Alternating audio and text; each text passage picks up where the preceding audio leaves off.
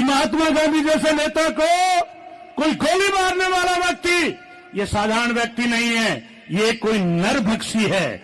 ऐसा आदमी जिंदगी में काम नहीं कर सकता। वो काम नाथूराम गोडसे ने किया। आज उसी विचारधारा को आगे मोदी और अमित शाह बढ़ा रहे हैं। कभी राहुल गांधी जी को जेल भेजने का काम करते हैं। इस राहुल गांधी को इन्होंने जो पप्पू बनाने की घोषणा की और उन्होंने कभी भी गाली नहीं दी। उन्होंने 3500 किलोमीटर पैदल यात्रा की। आप जानते हैं कि आरएसएस और बीजेपी से कांग्रेस की लड़ाई बहुत पुरानी है। जब देश के अंदर आजादी की लड़ाई लड़ी जा रही थी, ये भारतीय जनता पार्टी के लोग आरएसएस के रूप में ये अंग्रेजों की मुखबिरी करने का काम करते थे। आपको याद होगा 1947 में आजादी मिली और 1948 के अंदर ये नाथूराम गोडसे इन्हीं की विचारधारा का व्यक्ति था, जिसने गांधी जैसा 80 साल का बुजुर्ग नेता, जिसने इस देश को अहिंसा के रास्ते पर ले जाकर आजादी दिलाने का काम किया। और इस आदमी ने गोडसे ने गोली मारने का काम किया। उस वक्त भी एक अंग्रेज ने लिखा था कि महात्मा गांधी जैसे नेता को कोई गोली मारने वाला व्यक्ति ये साधारण व्यक्ति नहीं है, ये कोई नरभक्षी है। ऐसा आदमी जिंदगी में काम नहीं कर सकता।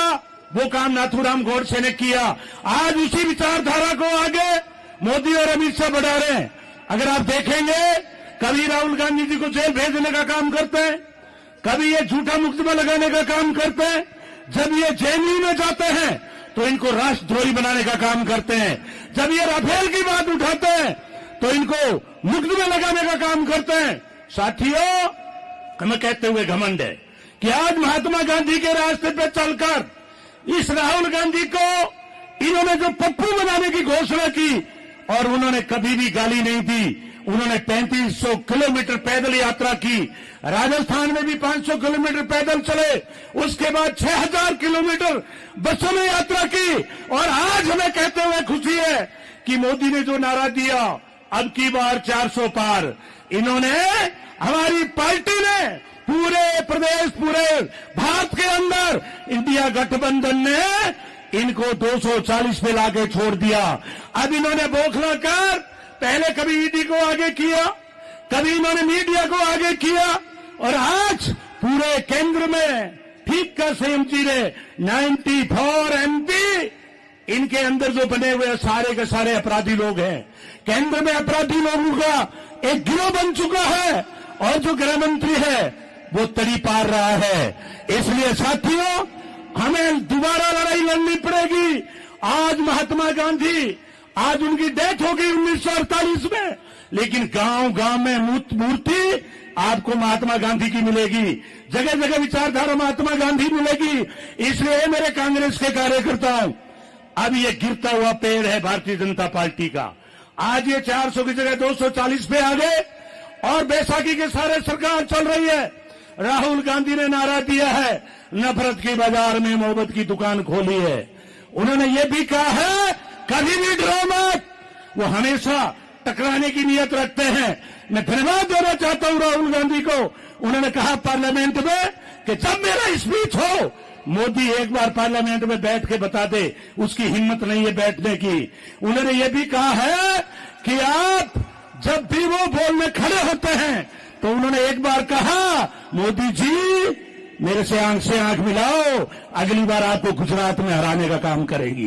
इसलिए साथियों, इस बार अभी मैंने जो बुलाया हमारे आपके अध्यक्ष जी जो आपके बीच में विराजमान हैं, इस 15 तारीख को हमने डूंगरगढ़ के गिरिडीह गांव में 25,000 किसान हमारे डोटासरा जी का स्पीच सुनने के लिए आए।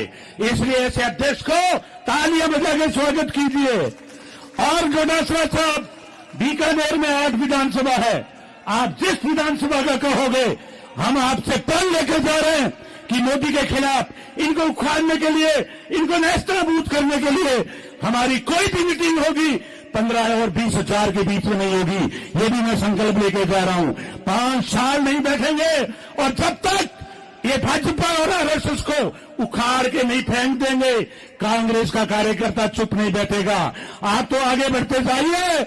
हमारा राहुल गांधी हमारा नेता मजबूत है, हमारा नेता अशोक गहलोत मजबूत है, हमारा नेता जो प्रदेश अध्यक्ष है, उनके लिए लोग आजकल जो है इंतजार में बैठे रहते हैं। अभी भी मेरे पास फोन आया है कि आप लून कंसर में प्रोग्राम दो, आप कोलायत में प्रोग्राम दो, और सबका मन एक ही है कि आने वाले समय में हमारा किसानों की पार्टी बने, कांग्रेस का राज स्थापित हो, और ये भाजपा और आरएसएस का जब तक सूपड़ा साफ नहीं होगा, हम आपके कंधे से कंधा मिला के चलेंगे और कांग्रेस को सत्ता में लाएंगे। इसी के साथ आपने समय दिया, बहुत बहुत धन्यवाद। जय कांग्रेस, जय हिंद, जय भारत।